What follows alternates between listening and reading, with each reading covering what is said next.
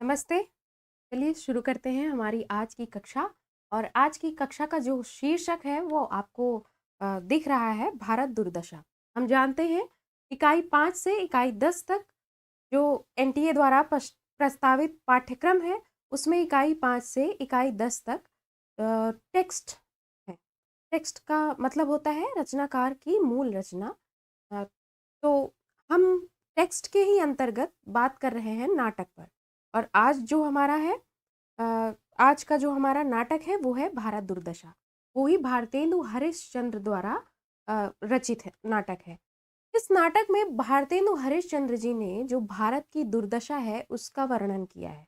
भारतेंदु हरिश्चंद्र जी का जो समय था वो 1850 से 1900 ईस्वी था। और उसी समय भारत पर अंग्रेजों का शासन भी था। तो भारतेंदु हरिश्चंद्र जी ने भारत की दुर्दशा का वर्णन किया। भारत की दुर्दशा का वर्णन कैसे किया? सामाजिक स्थिति क्या रही अंग्रेजों के समय, हमारी आर्थिक स्थिति क्या रही, हमारी धार्मिक स्थिति क्या रही, ये इन पर व्यंग किया और इनका वर्णन किया है। और यह इस नाटक में हम कह सकते हैं कि आत्म मूल्यांकन भी छिपा हुआ है, क्योंकि भारतेंदु हरिश्चंद्र जी ने ये चीज़ इसमें दिखाई है, ये विषय इसमें रखा है कि जो भारत के लोग हैं उनको अपने ऊपर कैसे उनको खुद का आत्म-मूल्यांकन करना चाहिए। जैसे ये शिक्षित हैं, फिर भी शिक्षित होते हुए भी ये दवा नहीं कराते, अगर कोई रोग है तो झाड़-फूँक कराते हैं। और भी जगह जहाँ भारत की दुर्दशा हो रही है, तो चापलूसी में व्यस्त हैं जो शिक्षित लोग हैं। तो ये सारी बातें भारतेंदु हरिश्चंद्र जी ने इसमें दिखाई है और दिखाया कि हम अतीत में कैसे गुलाम थे। अतीत में माफ़ करिएगा, अतीत में हम कैसे समृद्ध थे और जो वर्तमान है वो कैसे गुलामी में जी रहे हैं। चलिए शुरू करते हैं। तो इस नाटक का जो हमारा आज का विषय है वो होगा भारत दुर्दशा की कथावस्तु और नाटक के प्रमुख कथन।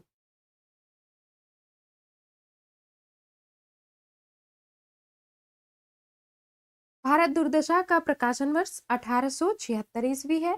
भारत की तत्कालीन स्थिति का चित्रण, मैंने बताया कि तत्कालीन स्थिति से तात्पर्य है आर्थिक, सामाजिक, धार्मिक स्थिति और औपनिवेशिक स्थिति। ठीक है। इस नाटक में तत्कालीन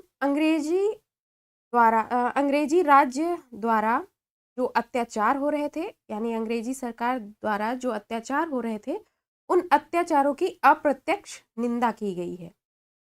क्योंकि अंग्रेज ऐसे तो थे नहीं कि आप उनकी निंदा सामने से करेंगे और आपको वो कहेंगे कि वाह शाबाश बहुत अच्छे, तुमने मेरी इतनी अच्छी बुराइयां की हैं। तो ऐसी कोई स्थिति थी नहीं।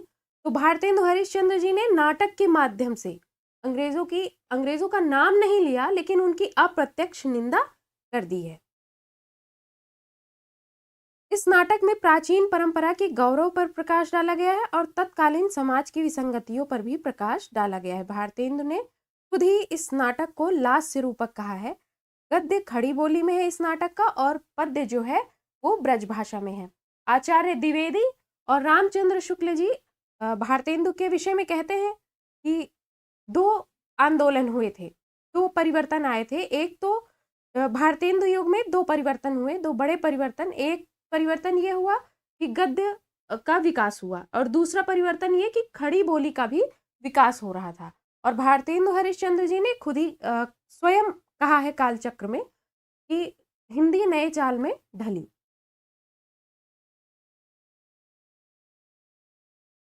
फिर देखिए इसमें पात्र जो है, मुख्य पात्र इसमें है भारत जो नाटक का नायक है, और भारत दुर्दैव जो नाटक का खलनायक है। भारत भाग्य जो भारत है नायक, उसका एक सहयोगी है। निर्लज्जता डिसॉयल्टी, सत्यानाश फौजदार, रोग डाह, मोह लोभ भय उपेक्षा स्वार्थ, पक्षपात हठ शोक, निर्बलता प्लेग डेंगू और बंगाल की महावारी, एडिटर देशी महानुभाव, ये सारे क्या हैं? ये सारे गौड़ पात्र हैं इस नाटक के।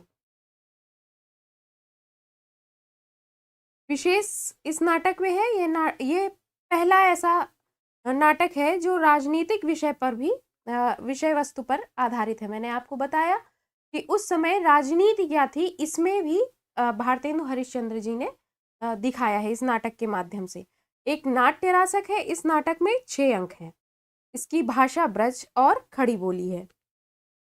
पहला अंक, एक योगी का प्रवेश लावनी गीत गाते हुए। इस गीत के माध्यम से योगी प्राचीनतम गौरव का बखान करता है। और यहाँ पर देखिए जो इनका था अंधेर नगरी, उसमें भी इन्होंने एक महंत को रखा था, एक साधु को प्रथम अंक में दिखाया था। और यहाँ भी एक योगी को ले आते हैं और वो भी अंधेर नगरी में राम भजो राम भजो राम भजो भाई बोलता है। और यहाँ पर जो लावनी गीत गाता है वो भारत की दुर्दशा को व्यक्त करता है। यहाँ पर लावनी गीत के माध्यम से वो दिखाता है कि भारत में क्या दुर्दशा है। और जो लावनी गीत है वो है, रोवहु सब मिलके भारत भाई, हाँ हाँ दुर्दशा देखी न जाए, भारत दुर्दशा देखी न जाई। दूसरा अंक स्मशान का है, टूटे फूटे मंदिर है। भारत नायक स्वयं क्रंदन करता है, क्रंदन करने का मतलब रोना। और बोलता है सूच्यग्रम ना दस्यामी बिना युद्धेन केशवा। अंत में वह ईश्वर का स्मरण करता है, लेकिन वह भय से मूर्छित हो जाता है और आशा और निर्लजता वहां आकर उसे ले जाती हैं। आप सोचिए यहाँ पर भारत की दुर्दशा की जो अभिव्यक्ति है कितने प्रतीकात्मक तरीके से की है। ये नाटक भारतेंदु हरिश्चंद्र जी का प्रहसन शैली तो है ही है और प्रतीकात्मक नाटक भी है। तो जो भारत नायक है यहाँ स्वयं क्रंदन करता है और शमशान का दृश्य है, टूटे फूटे मंदिर हैं। क्या दिखा रहा है कि अंग्रेजों ने और मुगलों ने जो विदेशी आक्रांता थे उन्होंने भारत को कैसे लूटा है। यहाँ पर ये स्थिति दिखाई जा रही है भारत की इस अंक में कि कैसे भारत जो है वो गुलाम बन गया है। भारत ईश्वर को याद करता है, भगवान को याद करता है, थोड़ा धर्म की राह पर चलता है, लेकिन उसमें भी भारत डर जाता है और क्या होता है, बेहोश हो जाता है। क्योंकि जब क्रिश्चियनिटी थी, जब मुगलों का शासन था, तो बहुत आपके धर्म को लेकर आजादी नहीं थी। फिर नाटक का तीसरा अंक, नाटक का जो तीसरा अंक है इसमें जो खलनायक है दुर्दैव, भारत क्या है, भारत नायक है और भारत दुर्दैव क्या है, खलनायक है। खलनायक भारत दुर्दैव आता है, ठीक है, और उसका वेश जो है वो कैसा है, आधा क्रिस्तानी और आधा मुसलमानी। यानी यहाँ पर भारत दुर्दैव के माध्यम से ये दिखाया जा रहा है कि जो खलनायक है उसके माध्यम से ये दिखाया जा रहा है कि आधे समय भारत पर क्रिश्चियन ने राज किया, अंग्रेजों ने, और आधे समय भारत पर मुगलों ने राज किया। ठीक है, भारत दुर्दैव आता है और भारत दुर्दशा का पूरा वर्णन सुनाता है। भारत दुर्दशा का पूरा वर्णन तीसरे अंक में है, इस बात का ध्यान रखिएगा। अकाल, रोग, खूर, बैर, काला धन आदि का भी उल्लेख करता है भारत दुर्दैव। अब अगर आपके परीक्षा में ऐसे प्रश्न आते हैं कि रोग और बैर, काला धन, अकाल, इन सब का जब आएगा वर्णन या इनका कथन पूछा जाए तो ध्यान रखिएगा कि इन लोगों का ये सारे विषय का वर्णन जो है वो तीसरे अंक में है।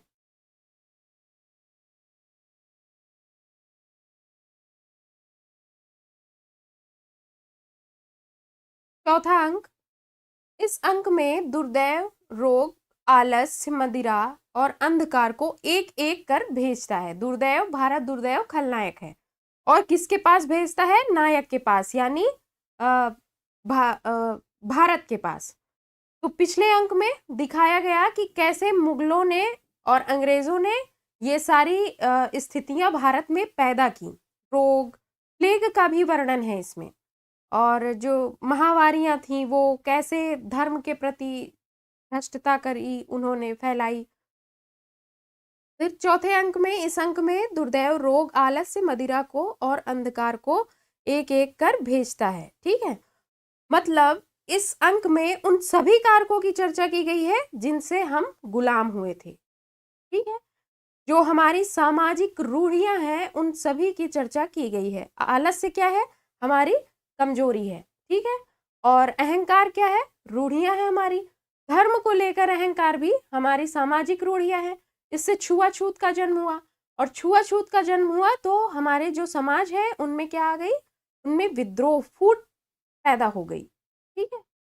तो इन सभी प्रतीकों के माध्यम से भारतेंदु जी ने यह स्पष्ट किया है कि सामाजिक रूढ़ियों से ग्रसित जो भारत है उसमें राष्ट्रीय कल्पना की चेतना कैसे की जाए, ठीक है। रोग हंसते हुए कहता है, यहाँ के लोग झाड़ फूंक करवा कर ही अपने प्राण त्याग देते हैं। हंसते हुए, वो भी अट्टहास करते हैं, अट्टहास करता है। अट्टहास का मतलब समझते हैं? जैसे रावण तेजी से हंसता है, जोर से, वैसे ही रोग हंसता है और बोलता है यहाँ के लोग झाड़ फूंक करवा कर ही अपने प्राण त्याग देते हैं। मतलब यहाँ ये स्थिति दिखाई जा रही है कि यहाँ के लोग कितना भी शिक्षित क्यों ना हो, लेकिन वो कैसे हैं? वो भ्रम में ही चलते हैं, उनको दवा कराने का कोई मतलब नहीं है। वो झाड़ फूक करा के या तो मर जाते हैं या तो समझते हैं कि हम ठीक हो गए, और रोग को अपने शरीर में क्या करते हैं? पालते हैं। अज्ञान रूपी अंधकार ने भारत को चारों तरफ से घेर लिया है। ये भारत नायक की बात हो रही है और ये भारत देश की भी बात हो रही है। 5वां अंक, इस अंक में भारत दुर्दशा को सुधारने के लिए एक कमेटी का दृश्य है। आप देखिए, जिस समय भारत पर विदेशी आक्रांताओं का शासन था, मुगलों का हो, अंग्रेजों का हो, तो आप देखेंगे कि उस समय कमेटियां बड़ी गठित होती थी। उनको भारत की दुर्दशा से कोई मतलब हो या ना हो, या हो सकता है मतलब हो तो काम होता भी हो, लेकिन उनको थोड़ा अपनी कमेटियों के गठित करने का शौक था। जैसे इसमें दिखाया गया है,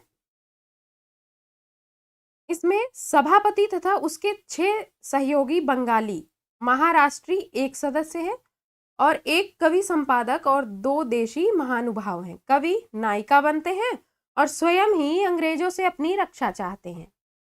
संपादक आर्टिकल की प्रशंसा में लगा हुआ है। संपादक को ये मतलब नहीं है कि भारत की दुर्दशा क्या है उसको लिखें, वो अपने आर्टिकल की प्रशंसा करने में लगा है कि क्या मैंने लिख दिया, वाह क्या बात लिखी मैंने, कितना अच्छा आर्टिकल लिखा। उसको जो वहाँ की सामाजिक स्थिति है उससे मतलब नहीं। महाराष्ट्री जो सज्जन हैं वो स्वदेशी वस्त्र पहनना चाहते हैं और संस्था स्थापित करना चाहते हैं। देसी सभ्यजन है वे कुछ नहीं कह पाते। क्यों नहीं कह पाते? क्योंकि जो चापलूसी है वही एकमात्र उनका लक्ष्य है। अंत में डिसॉयल्टी पुलिस आकर सबको पकड़कर ले जाती है। 6ठा अंक, भारत भाग्य आता है जो भारत के प्राचीन गौरव का वर्णन करता है। अब यहाँ भारत जो नायक है उसके सहयोगी का प्रवेश होता है और वो क्या करता है? भारत जो छिप कर रो रहा है ना, फटे कपड़ों में है और टूटे शमशान में है, शमशान में, तो वहां पर क्या हो रहा है कि भारत भाग्य आता है और भारत को याद दिलाता है उसका गौरव, उसके सामने प्राचीन गौरव का वर्णन करता है कि कैसे यहाँ राम कृष्ण जैसे महापुरुष जन्म लिए, तुम बहुत समृद्ध थे, उसकी चेतना को जगाने का प्रयास करता है। भारत दुर्दशा पर उसको ग्लानि होती है और अपना दुख व्यक्त करता है कि यहाँ ये कितना समृद्ध था, ये सोने की चिड़िया कहे जाने वाला भारत आज किस स्थिति में आ गया है। भारत भाग्य, परतंत्रता, ईर्ष्या, द्वेष आदि संसार के सारे कलंकों से घिरा हुआ है। कौन कह रहा है? भारत भाग्य। ये भारत की स्थिति को बता रहा है कि भारत की स्थिति पहले कैसी थी और अभी कैसे हो गई है। जो परतंत्र है और ईर्ष्या है, भारत में चारों तरफ द्वेष फैले हुए हैं और संसार में जितने भी कलंक हैं वो सब भारत पर लग चुके हैं, ठीक है। ऐसे शक्तिहीन देश को मिट जाना ही श्रेयकर है, ये भारत भाग्य कहता है। नोट विशेष ध्यान रखिएगा, नाटक के अंत में भारत भाग्य क्या कर लेता है? आत्मघात कर लेता है और नाटक का अंत दुखांत माना जाता है। लेकिन यहाँ ये भी बात ध्यान रखिएगा कि कुछ लोगों ने इस नाटक का अंत सुखांत माना है। दुखांत नहीं कह सकते, क्योंकि इस नाटक में जो नायक है वो भारत है और जो आत्मघात कर रहा है वो कौन है? वो है भारत दुर्दैव। ठीक, तो नायक अभी भी जिंदा है। चलिए इसके कुछ प्रमुख कथन देख लेते हैं। तो पहले अंक में मंगलाचरण है। सतयुग थापन करण नासन म्लेच्छ आचार कठित धार तलवार कल कृष्ण कल की अवतार। यहाँ पर कृष्ण के कल की अवतार की इच्छा की जा रही है। ठीक है, उनके कल की अवतार का वर्णन किया जा रहा है। फिर जो योगी आते हैं लावनी गाते हुए, रोवहु सब आवहु भारत भाई, हा हा भारत दुर्दशा देखी न जाई। सबके पहले जही ईश्वर बल दीनो, सबके पहले जही विधाता सभ्य कीनो। यहाँ पर वो बता रहे हैं कि भारत ही था जिसने सबसे पहले सभ्यता का विकास किया और आज भारत की क्या दुर्दशा हो गई है। भारत ही था जो सोने की चिड़िया कहा जाता था और आज भारत कैसा है? निर्धन हो गया है। दूसरा है लरि वैदिक जन डुबाई पुस्तक सारी करी कलह बुलाई जवन नैसत पुनि भारी। जहां भीम करण अर्जुन की छटा दिखती है वहीं वह रही मूर्खता कला अविद्या रहती है। जहां अर्जुन भीम करण जैसे पांडव जो थे और कर्ण जैसा प्रतापी योद्धा था, श्री कृष्ण थे, राम थे, ऐसे महापुरुषों ने जन्म लिया, आज वहां क्या रह रही है? आज वहां अविद्या रह रही है। जहां पर यहाँ पुराण लिखे गए, वेद लिखे गए, वेदों की रचना हुई और आज यहाँ क्या है? यहाँ पर जो है वो अविद्या निवास कर रही है। ठीक है, और महापुरुषों की जगह क्या है? मूर्खता निवास कर रही है। दूसरा अंक को नहीं पकड़त मेरो हाथ 20 कोट सुत होत फिरत में हा हा होए अनाथ। ये कह रहा है भारत जब वो श्मशान में छिपता हुआ फिरता है, किससे? भारत दुर्दैव से। ठीक है, अपने खलनायक से, नाटक के खलनायक से। तो यहाँ पर वो कह रहा है कि मेरा हाथ कोई नहीं पकड़ रहा है, मुझको इस मुसीबत से कोई नहीं निकाल रहा है, इस संकट से, जो आर्थिक संकट है, जो सामाजिक संकट है, जो राजनीतिक संकट है, इस संकट से कोई नहीं निकाल रहा है। और 20 कोटि सुत होत फिरत में हाँ हाँ हो अनाथ। मेरे पास 20 करोड़ से भी ज्यादा मेरे पुत्र हैं, लेकिन मैं कैसा हूं? अनाथ की तरह भटक रहा हूं। ठीक है, चौथा अंक रोग रोग बोलता है जगत सब मानत मेरी आन। रोग कहता है कि एक बार जब मैं प्रवेश करता हूं कहीं पर तो पूरा जगत जो है क्या कहता है? मेरी मुझको सलामी देता है, वो मेरी आन को समझता है। आलस्य क्या कहता है? एक पोस्ती ने कहा पोस्ती ने पी पोस्त 9 दिन चले 2.5 कोस। यहाँ बताया जा रहा है कि आलस्य जो है वो इतना ज्यादा है कि 9 दिन में कितना कोई चल पा रहा है? 2.5 कोस। ठीक है, चौथे अंक में ही एक और पंक्ति है, जो पढ़तव्यम सो मर्तव्यम, जो ना पढ़तव्यम सो भी मर्तव्यम, दंत कटाकट किंग कर्तव्यम। अब तो मजा आ गई होगी, क्योंकि ये तो बड़ा सही है, जो पढ़ रहा है वो भी मर रहा है, जो नहीं पढ़ रहा है वो भी मर रहा है। तो फिर अब बताओ क्या किया जाए? पढ़ा जाए कि ना पढ़ा जाए? पांचवा अंक कवि वचन सुधा के विषय में है। कवि वचन सुधा पत्रिका का जिक्र किया गया है यहाँ पर। छठे अंक में जागो रे भाई, भारत भाग्य कहता है किसके लिए? नायक भारत के लिए। भारत भाग्य बहुतेरे प्रयास कर जब भारत को जगाने में असफल हो जाता है तो भारत भाग्य क्या कर लेता है? आत्महत्या कर लेता है। ठीक, तो ये है हमारा आज का जो नाटक था वो उम्मीद है आपको समझ आया होगा। चलिए मिलते हैं हम अपनी अगली कक्षा में, तब तक के लिए धन्यवाद।